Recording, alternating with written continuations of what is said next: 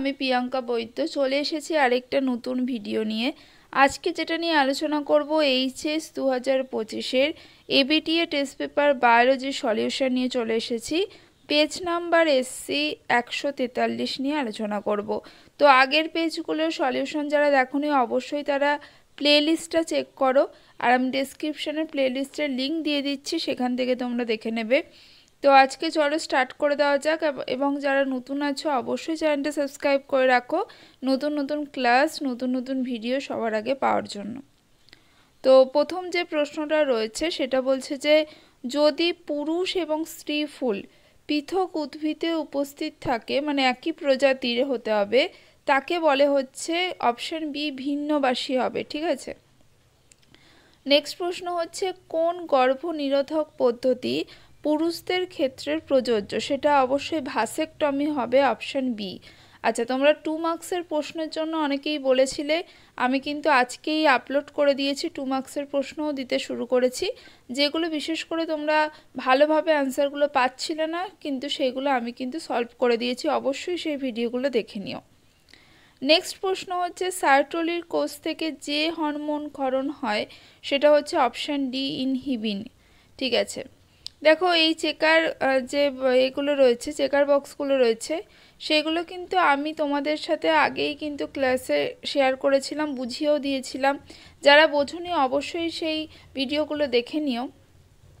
আচ্ছা, প্রথমে যে রয়েছে প্রশ্নটা সেটা হচ্ছে মা হিমোফিলিয়া রোগের বাহক এবং বাবা স্বাভাবিক হলে, দেখো বাবা যেটা রয়েছে সেটা হবে এক্স, এখানে বড় হাতের এইচ হবে, মানে স্বাভাবিক বোঝাতে গেলে আমরা বড় হাতের এইচ ইউজ করব হিমোফিলিয়ার ক্ষেত্রে, এবং ওয়াই হবে। ঠিক আছে, আর এই দিকে যেটা আমি লিখেছি মায়ের যে এটা লিখেছি সেটা হচ্ছে এক্স বড় হাতের এইচ আর এক্স ছোট হাতের এইচ, মানে যেহেতু বলেছে মা হিমোফিলিয়া রোগের বাহক বলেছে, তো সেই ক্ষেত্রে তো এখানে আমরা যদি চেকার বক্স এটা করি তাহলে আমরা যেটা পাবো সেটা হচ্ছে, দেখো মহিলা যেটা কন্যা সন্তান যেটা জন্মেছে সেটা কিন্তু দেখতে পাচ্ছি যে স্বাভাবিক এবং বাহক আছে, কিন্তু আমরা এটাকে বাহকটাকে স্বাভাবিকের মধ্যে ফেলা যায়, তাই আমরা অপশান বি যেটা রয়েছে সেটাও ঠিক হবে, সকল মেয়ে স্বাভাবিক হবে।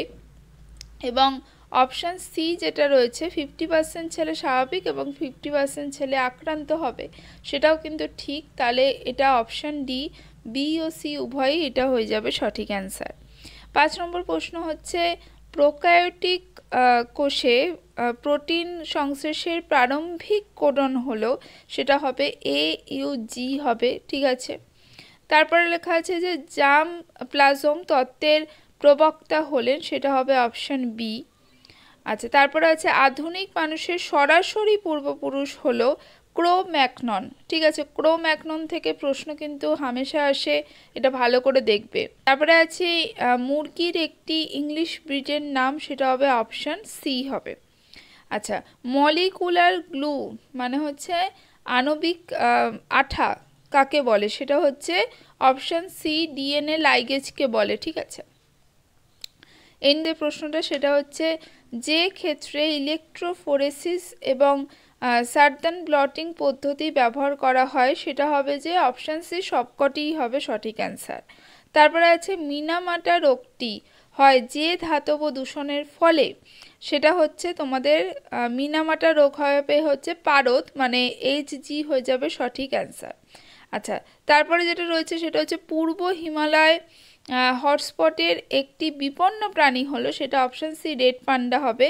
আর এনপিপি মানে হচ্ছে নেট প্রাইমারি প্রোডাকশন, এইটা ইকুয়ালস টু কী হবে, সেটা হচ্ছে জিপিপি মাইনাস আর, অপশান বি হয়ে যাবে সঠিক অ্যান্সার। তারপরে দেখো গেমিউল কি, সেটা হচ্ছে আগেও বলেছিলাম এই প্রশ্নটা ইম্পর্টেন্ট, এই প্রশ্নটা বারবার আসছে।